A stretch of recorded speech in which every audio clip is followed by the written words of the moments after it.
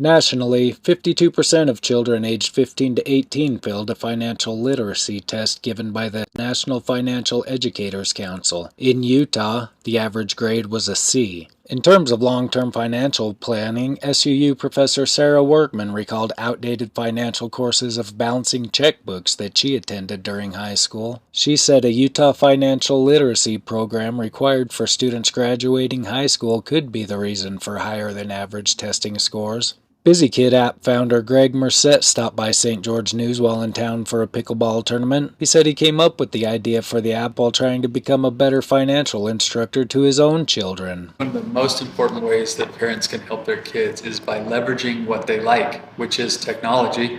That's why, we literally built an app to help parents with this. We don't carry around a big wad of cash usually, and we definitely don't write checks. So how do you teach them? Well, you teach them using technology. And I think at the end of the day, if parents can be, I would say, somewhat consistent, okay, you don't have to be like perfect at this. If they're somewhat consistent at this, their kids will get it.